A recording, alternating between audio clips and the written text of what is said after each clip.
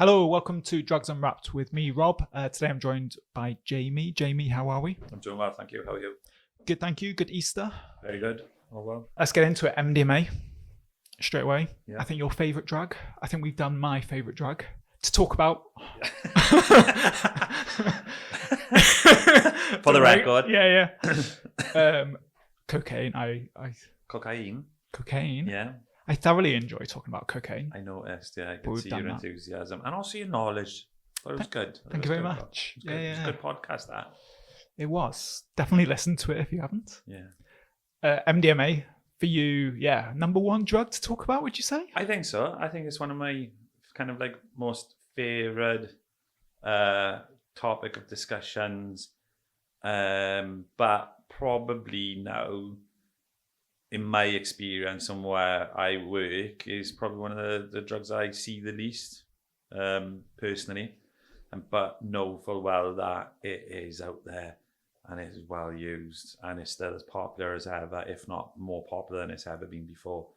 And depending on what context that I'm working in, then kind of gives me that opportunity to have the exposure of working with people who are using it, So depending on what context, and if get the opportunity to exposure of working with people while using MDMA, which tends to be in the festival setting, I think as a street agency we don't have the luxury or the opportunity so much to see people who use MDMA. More of a summer drug, would you say? No. I think if you enjoy the drug, it's there for the taking. It's there to be used as and when. And I obviously I do think its popularity will increase in the summer due to depending on what kind of demographic or genre of music or what you're into. Yeah. But there are lots of people who use it regularly and frequently and have a good supply network and routes into using MDMA. So but I think as a street agency, I don't think we see enough of those people that we can work with and do harm reduction information advice, and obviously not having drug checking, potentially with an additional enhanced provision to do drug checking on a street level. Maybe that would be a tool to engage more with individuals that use those substances then.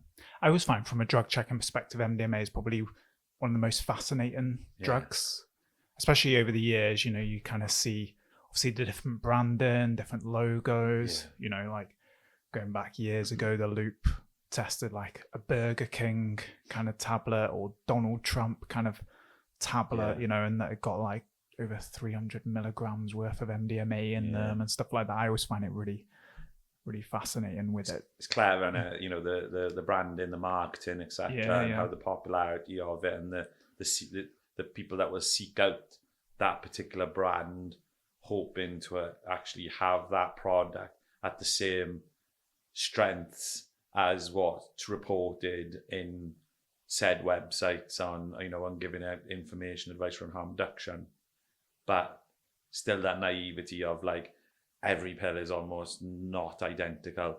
So it's like, those risks and the understanding of the people that are using that there's lots of caution to kind of like to kind of take on board when using MDMA and the different styles and colours that they come in place. So what's MDMA stand for, James? Methylene dioxymethamphetamine. Oh, well done.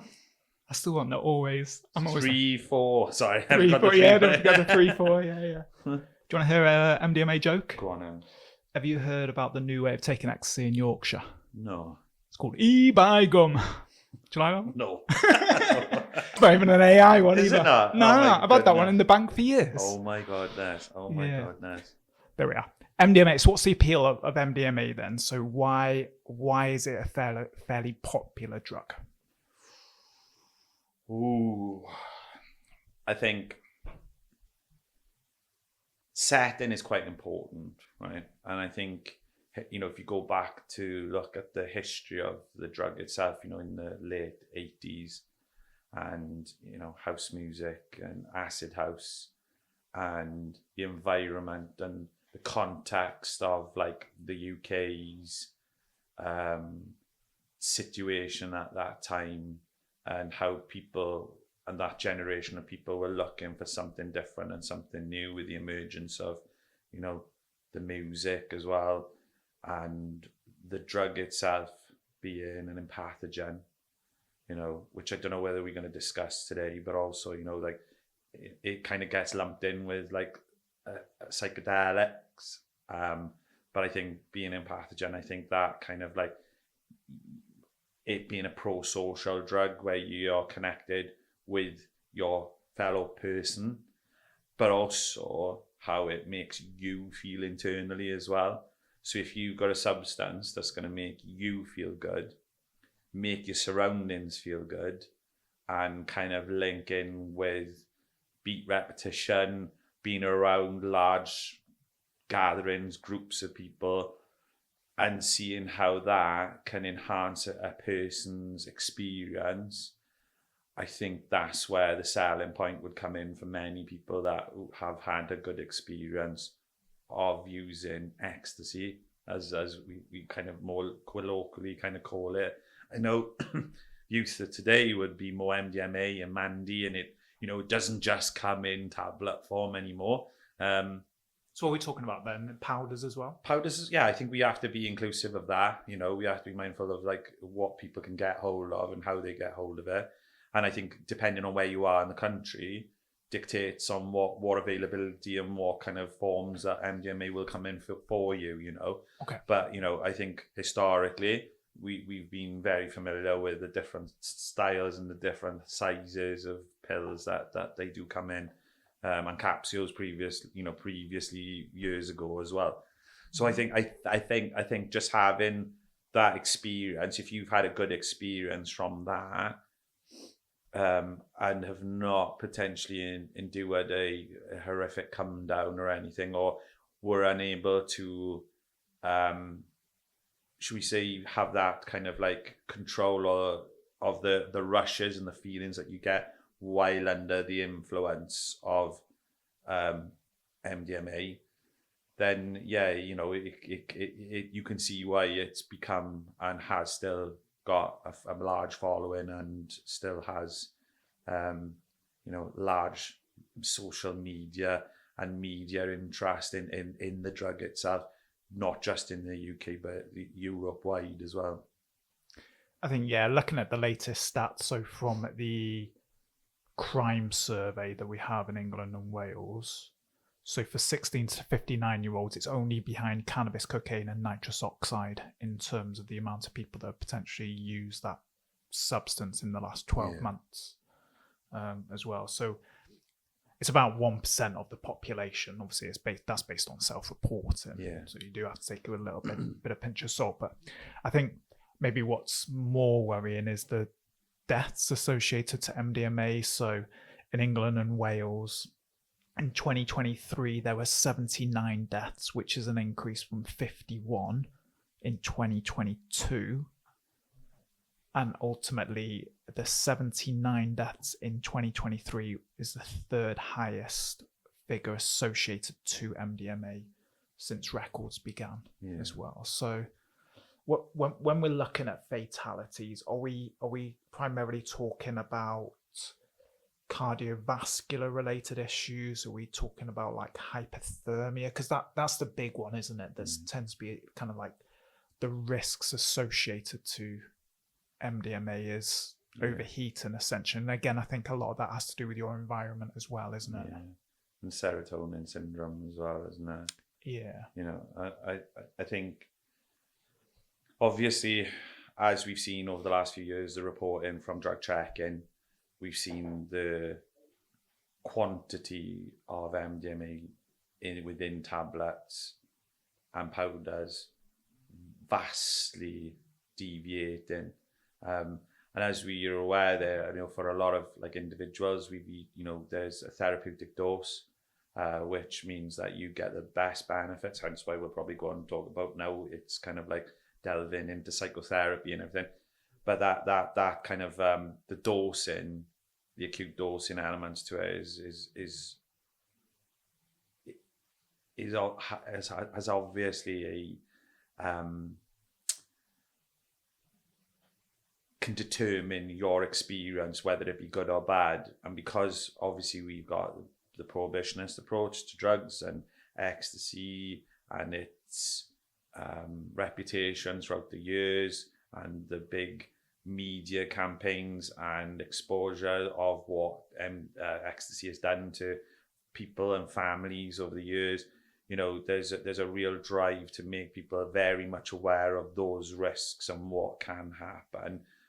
But also the education needs to be legitimate and also be based on evidence base as well. And with the drug checking and being able to provide accurate information there and then helps that, and then does decrease or minimize the risks factors. From a person's experience, when we're talking about dosing, it's hard for us as harm reductionists to give information advice based on a tablet alone. So we have to have a catch-all. So when we're giving harm reduction information advice, we have to bring in every eventuality, which then can only lead to it being quite a negative discussion in some thoughts, because we're going, we have to err on the side of caution because we don't know what you're using. And because we don't know what you're using, these are all the risks. And that's for us to be able to protect the persons or people that we're trying to support and educate about the substance. But at the same time, I also don't want to have a detrimental impact on their emotional and mental health and their anxiety around taking a substance. And, you've got to think, particularly depending on what settings, I do understand there are people that will sit at home and will, do ecstasy and will enjoy it. And then there are lots and lots of other people that will choose to take it in a large setting. And if you're quite an anxious person and you already have anxiety, it's going to have an impact on your experience of that substance. So as harm reductionists, I think we've got to be really, really careful about how we deliver that, how the vehicle is delivered in that messaging, and how we can support those people who are potentially apprehensive or cautious about what they're looking at, what they're going to be using, how they're going to be using it. And I will often try to explain to someone for the first time, if you're, with festival period coming up now, and you are going to be going, is to start thinking about if you've never used that drug before, is it the best place to be experimenting when you're in a field with 100,000 people and you lose your mates? That could be horrific. That could be traumatizing, and you know what? And not to joke about it, but that is quite traumatizing, and the ongoing and after effects of that. That's traumatizing without taking drugs. Absolutely, being in a field of 100,000 people and getting lost, and not feeling, and in the dark, and not knowing where you're camped, and all those kind of things, or you're not knowing what exit you've got to go to get picked up from. All those things can have a huge, huge impact. And then you go into the finer, the minutiae then around, what someone's experience of the drug, people, the reports depending on purity levels of people having, should we say, the full effects lasting from anything to 3 to 6 hours, and sometimes longer. So there's a lot to endure during that time period, and how you feel, as I said, emotionally, the empathogen element to it, and how you feel about yourself as well. So I think there's lots of preparation to be done. And, we've got to mention Alexander Shulgin and his wife. Oh, yes. The godfather of psychonauts. Absolutely.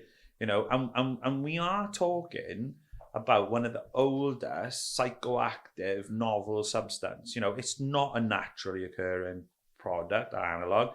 It is manufactured and man-made. And was the early 20th century? Oh, or earlier? 1912, I think. 1912, right? So you're looking over, what? In Germany? 100. Was it Germany? Probably. Something like that. I think it was. I'm sure it was in Germany, wasn't it? So that was it Bayer? Bayer? No, I think it was Beric or something like that. It weren't a name that I was familiar with. I was going to say Bayer Pharmaceuticals, but maybe that was another drug. But I know they do lots of other drugs and good drugs, but maybe not MDMA.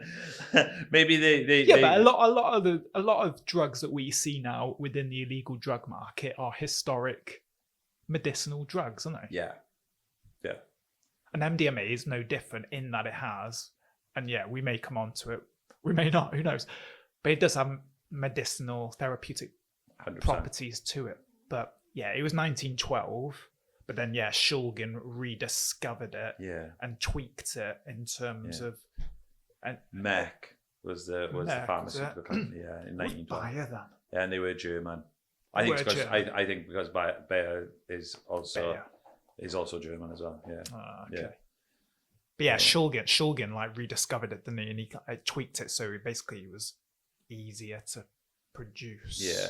Ultimately. Yeah. And I think that's and his intention actually was never for it to become a recreational drug. His intention ultimately was for it to be a medicinal product in that, it was used therapeutically for a range of issues and, kind of things that people wanted a substance to essentially treat their condition for. Yeah. I think it was pretty much left on the shelf, wasn't it, from its synthesis? Yeah, like from when it was brought together back in 1912 to then fast forward to Alexander Shulgin's time, and it was then he started experimenting and tweaking the actual analog of that drug to see what benefits that he could find while using it on himself and his wife.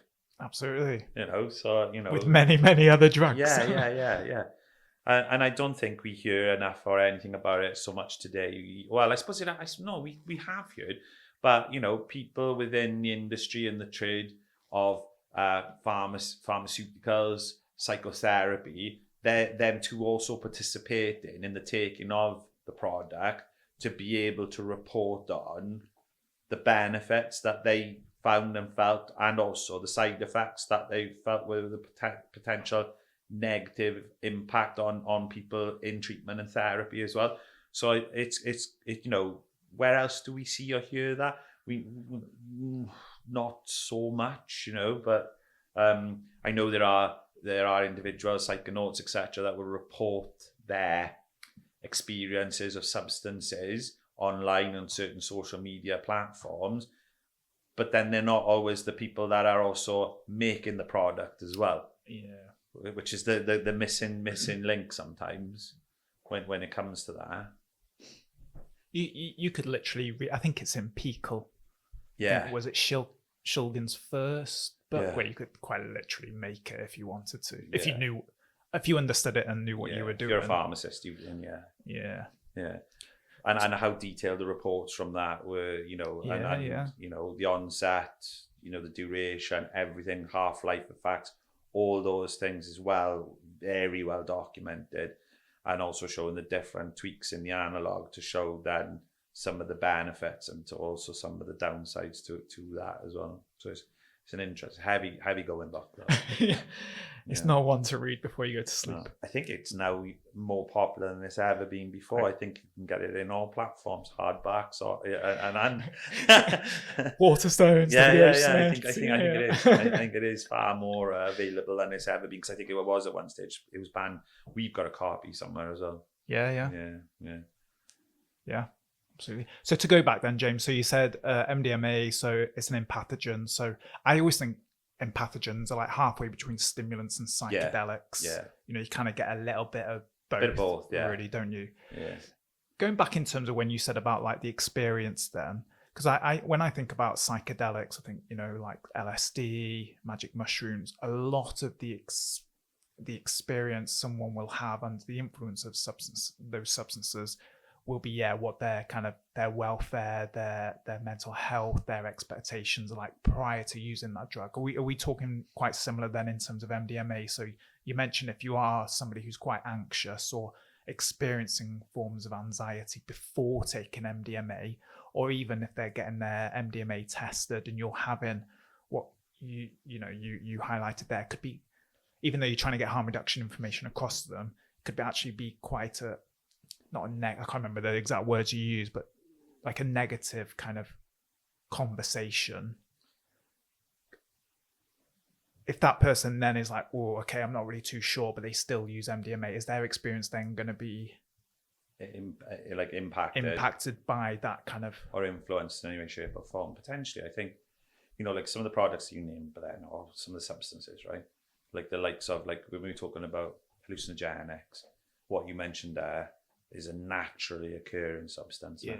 You know, right? So they're from something which has been born, grown out of the earth, and it's not man-made.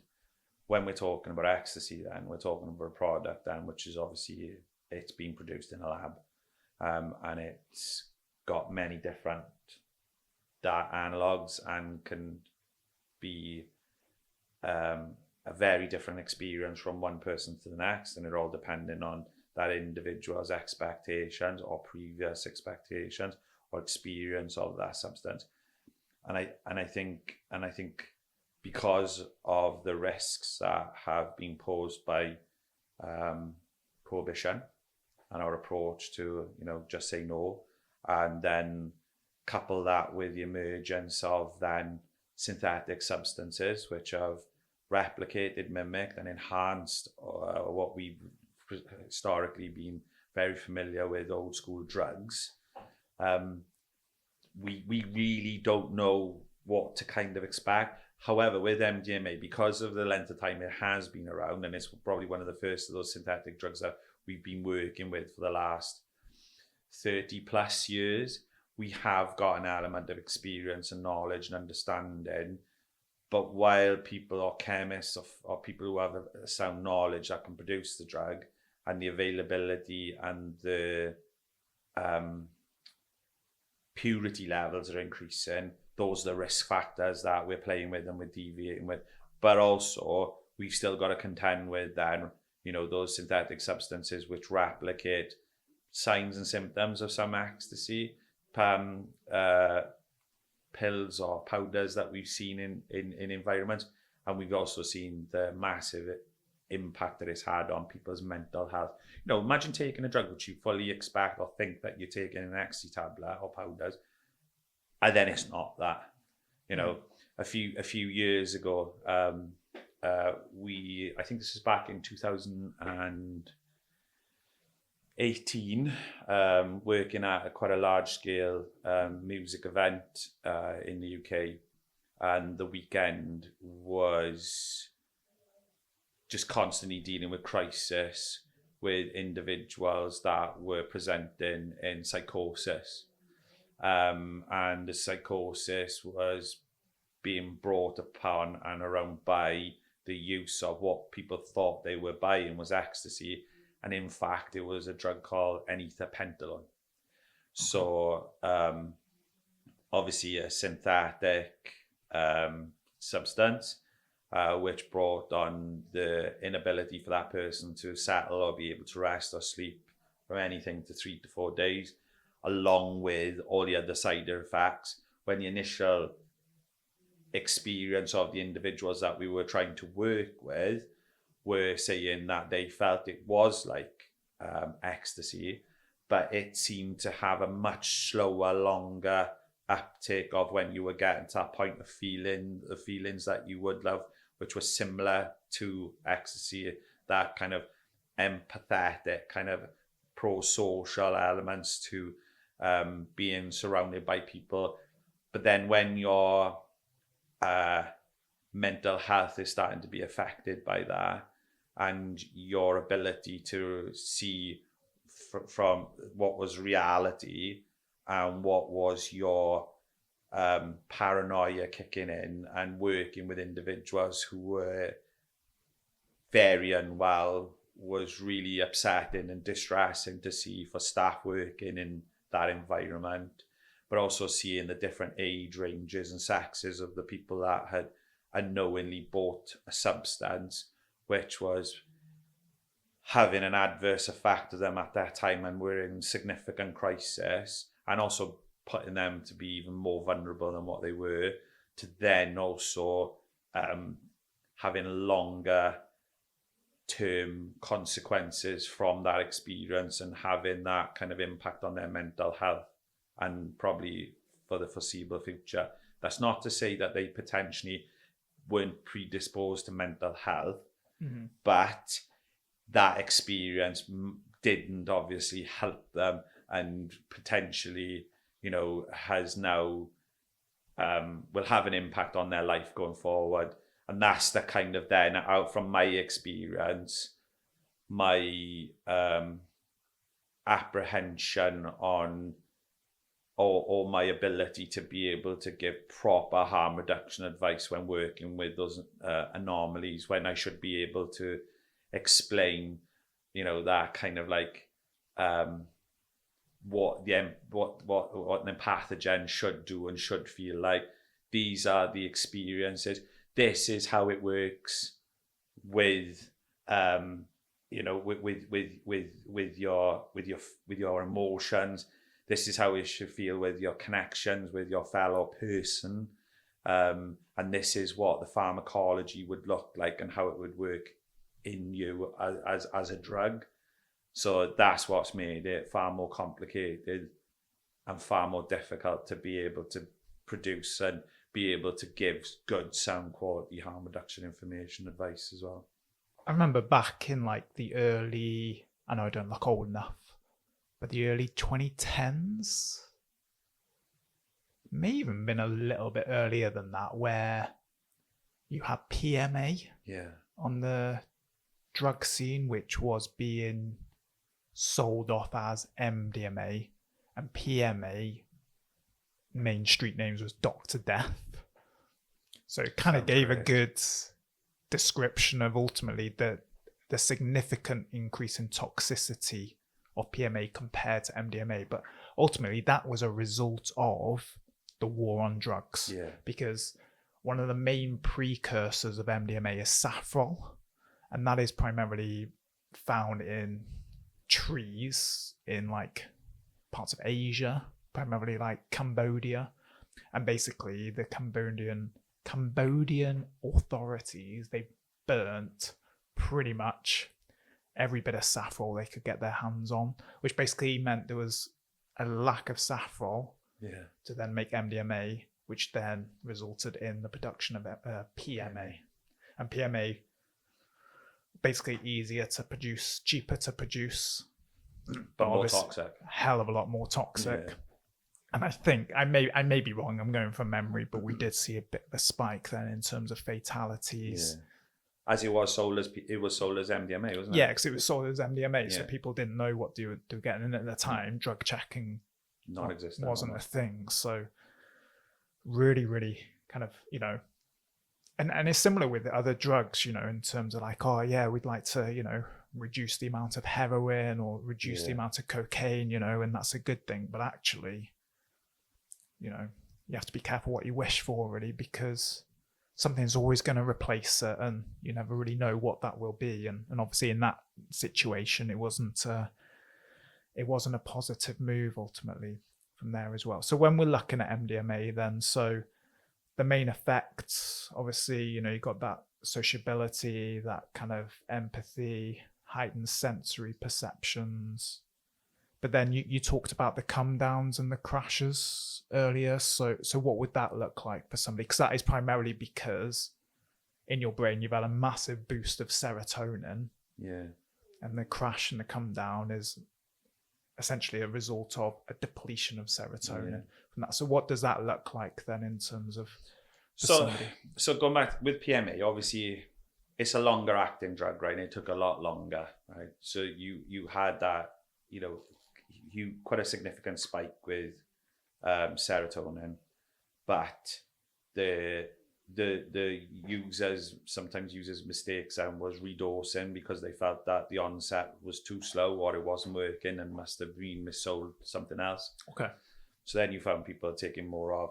So then you had that build up then of PMA, the drug, and then it being a cumulative process, and then starting to have then obviously the significant side effects to an overdose on this amphetamine style substance that we're talking about. with ecstasy, MDMA, then what you're looking at is obviously if you've got what you've paid for and that's what you're using, ideally, if you've got the dosing right, the side effects should be minimal.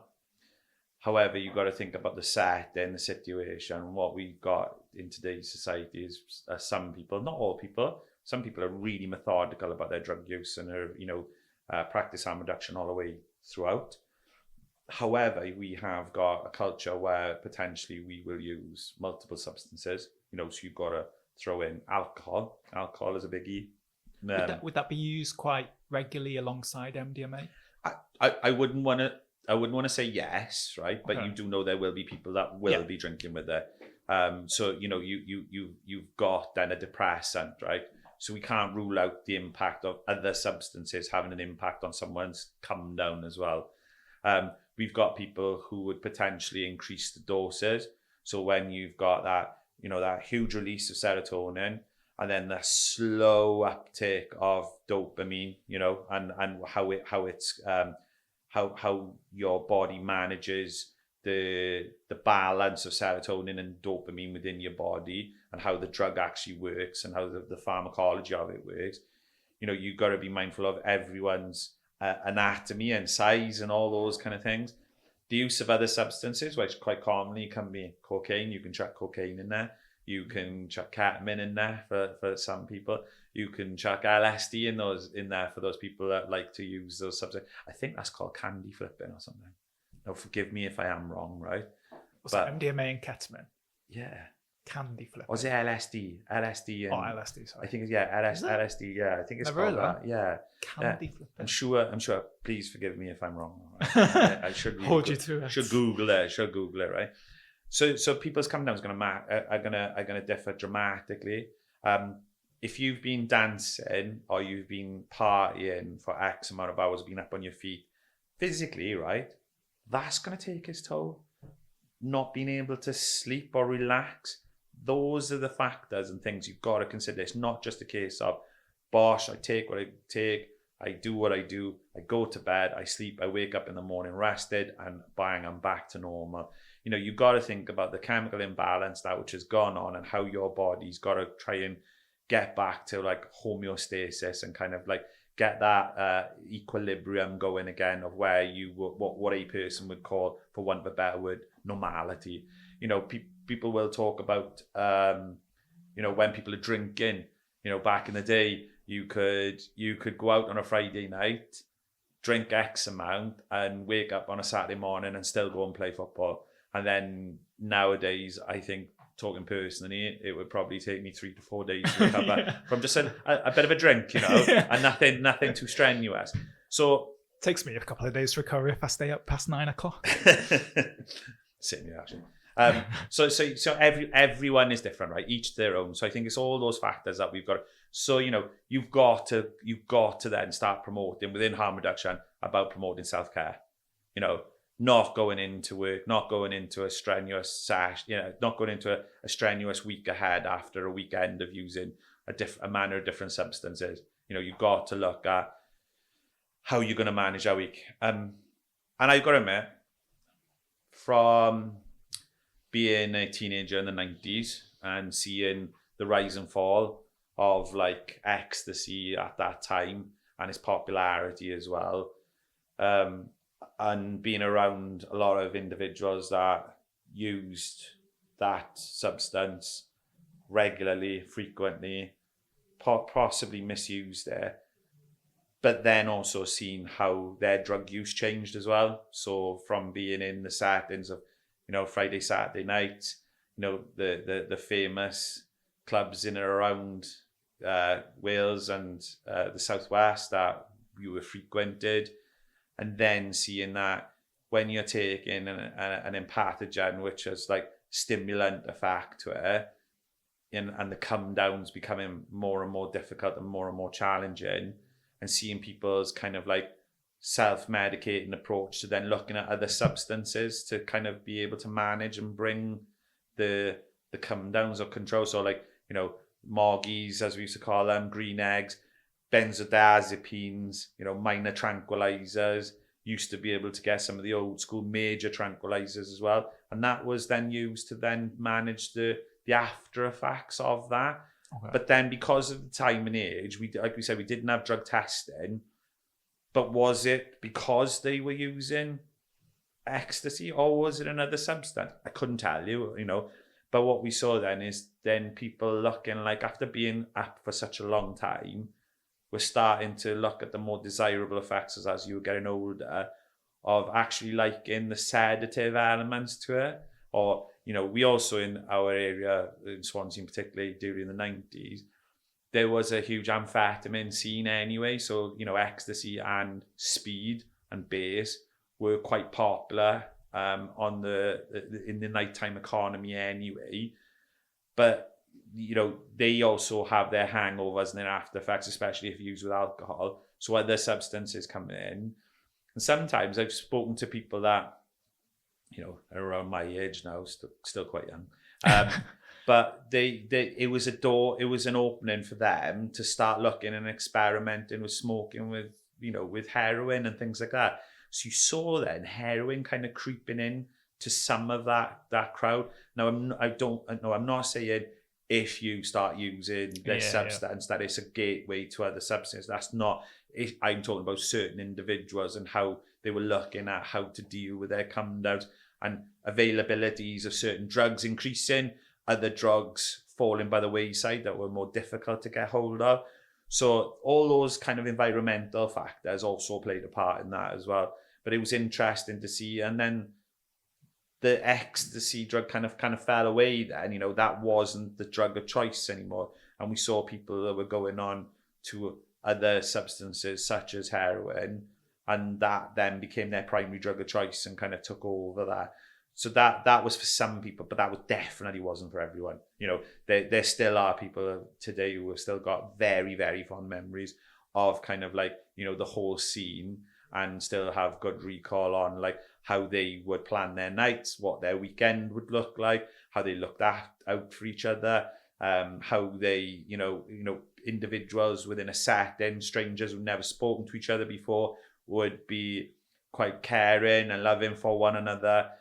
But then we've seen the emergence of poly drug use, and we've seen that changing as the years gone by, and we saw the decline in the availability of ecstasy, and, you know, as I said, PMA coming into play, and the culture changed, the culture changed, music changed.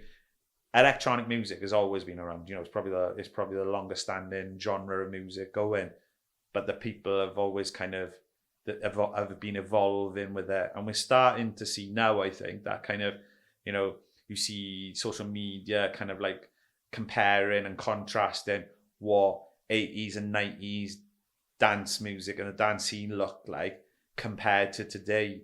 And then you've got the like individuals and people and organizations now trying to replicate and create that kind of like environment where people danced and got on and just enjoyed that whole scene. So we may see a re-emergence of that. I don't know, but it'd be interesting to see where we go from there. But in answer to a long answer to your question about like then the management and the personal ability to be able to deal with a come down, I think it's quite unique and it's individual. But I think if someone's got good sound knowledge of the substance, they should be able to kind of promote that whole kind of well-being package and support for someone who would be using ecstasy. I was going to ask, like, when you were saying all that and like talking about like the 80s and 90s, like I don't like using like the term really, but my knowledge base of words isn't very good. But like I was going to ask is like, was drug use safer back in like the 90s? You know, when we talk about like, you know, in terms of we get drug checking now and some results of MDMA tablets are, you know, incredibly, you know, the amount of MDMA in it is, you know, incredibly high compared to, you know, a therapeutic dose.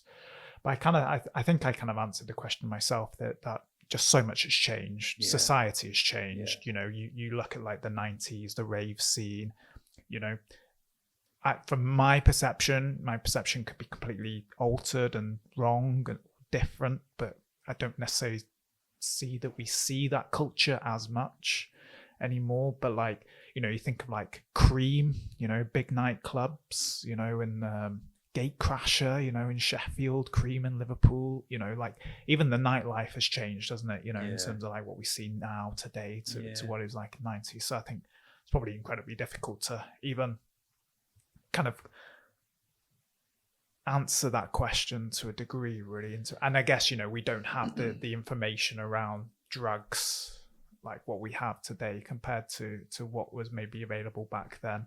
Drug checking being one of those things, being able to provide us with that information. Yeah, I think like there's a lot of food for thought there, but I think like you say in we've seen large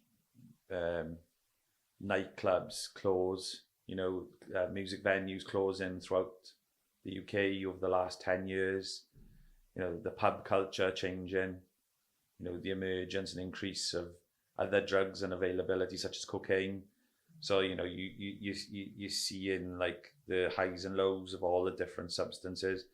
And I'm not saying like, I think the risks are far greater today than they were probably back in the day because you didn't have other synthetic substances that could have an impact on your experience of the drug.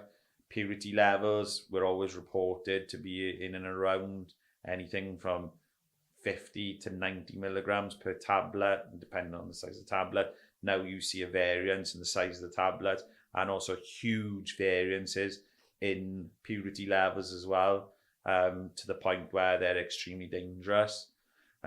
So, the pills are sometimes not designed enough because the product is looking at the branding rather than the practicality of being able to half and quarter tablets and things like that. So taking into consideration all those kind of things where it was quite basic, where things were you were able to break and dose a little bit different.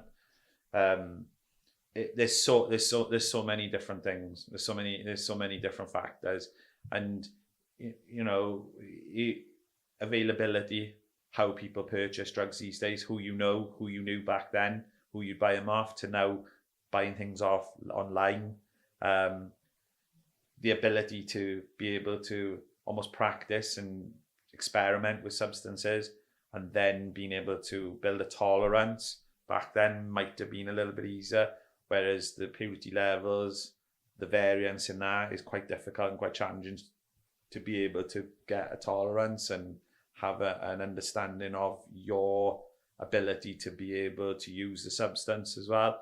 But also being very aware of signs and symptoms where you may be concerned of the risks.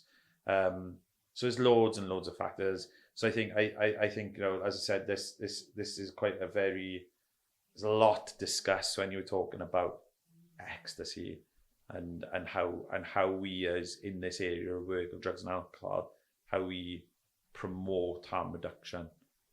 Very quickly, two last things before we finish.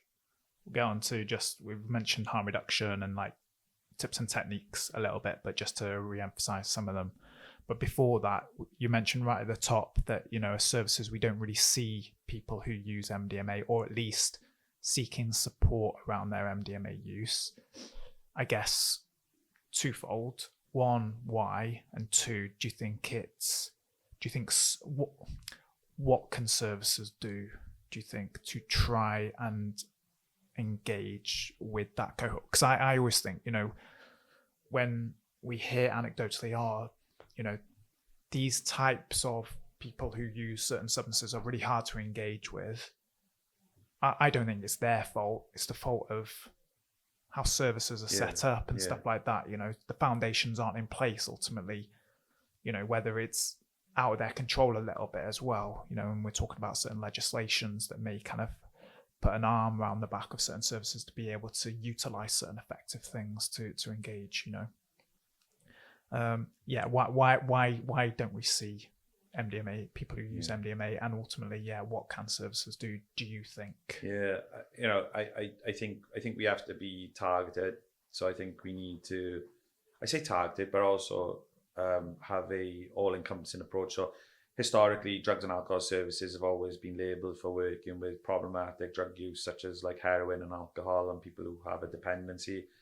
And then what we miss out is a large proportion of individuals that use other substances, probably most. And not to say that everyone will encounter difficulties or challenges with their drug use, because a lot of people can manage it just fine. But I think for those people who potentially are having challenges or difficulties with their drug of choice, is to be mindful that drug and alcohol services are not just for those kind of drugs like we just see in the press, which are always labeled as like the bad drugs or the class A's, which are just heroin.